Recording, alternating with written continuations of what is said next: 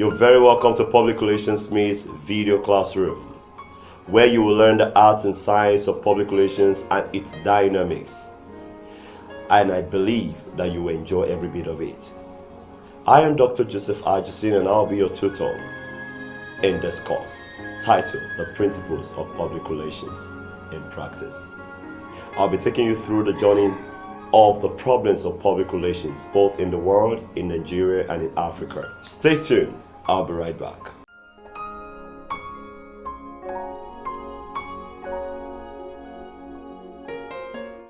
You're welcome back. Problems of public relations practice in the world, in Africa, and in Nigeria.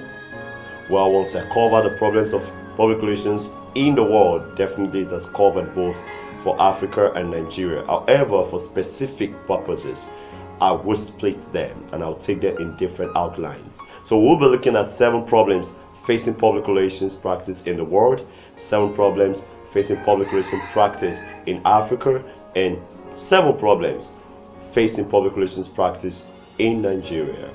According to Thomas Fuller, he says, "It is always the darkest just before the day dawneth." And Ajusin Joseph supporting this says in his own words that problems are obstacles to success. If we fight hard and don't give up, we would overcome. Public relations problems are peculiar to the country or organization where it is operating. Without doubt, the discipline has its global problems. We shall enumerate these problems as it affects the world and also Africa and Nigeria. 7 problems facing public relations practice in the world.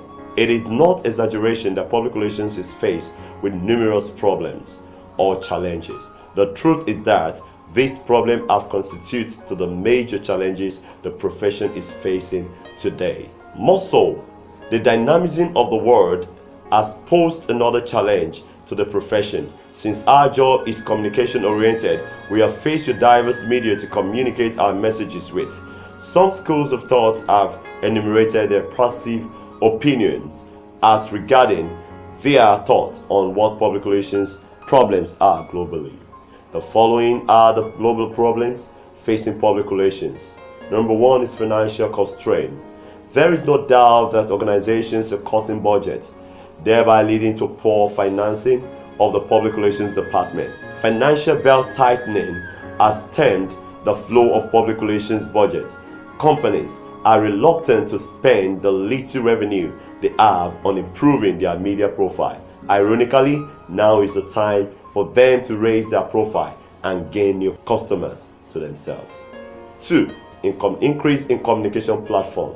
Communication platform offers a swift, easy way of disseminating messages across to target audience, but the orders to choose the right communication channels for clients could be painstaking.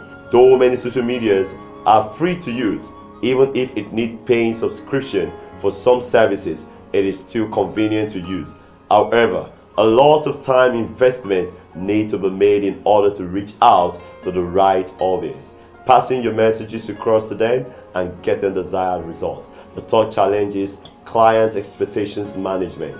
It is a problem that clients expect you to perform magic in order to produce their imagined expectations. They expect you to work within any given budget. They have unrealistic expectations of media coverage and how far their budget will stretch. Saddled with these challenges, a practitioner will need to reduce the scope of his campaign to at least achieve an optimum result. The next point is poor man's situation. It is a known fact that most practitioners of public relations have backgrounds disciplined in other fields of studies. Some are practicing journalists, marketers, advertisers, graphic artists, psychologists, and so on. The truth is, they lack comprehensive understanding of what it takes to be a full practitioner.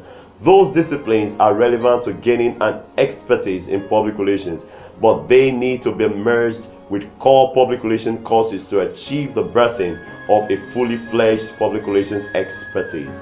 Some quacks position themselves as practitioners, thereby putting the profession at disrepute. They make claims they cannot defend and organize campaigns that are substandard and guarded with professional misconduct. The next point there is poor appreciation of the profession among public and private organizations leaders.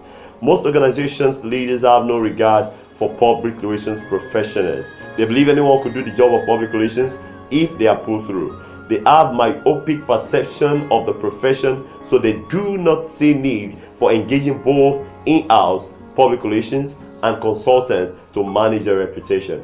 If they eventually do, they could just employ them as errand officers or protocols. This is a bastardization of the profession, and it is a cancer to the profession all over the world. The sixth point here is low awareness of public relations and what it stands for. Public relations is still an evolving phenomenon in most developing countries of the world. This has caused a setback to the proliferation of the discipline in the world. Public relations is just a topic in mass communication or marketing in higher institutions, lieu of a discipline itself, until practitioners rise to the wake-up call that discipline may die a natural death in these countries.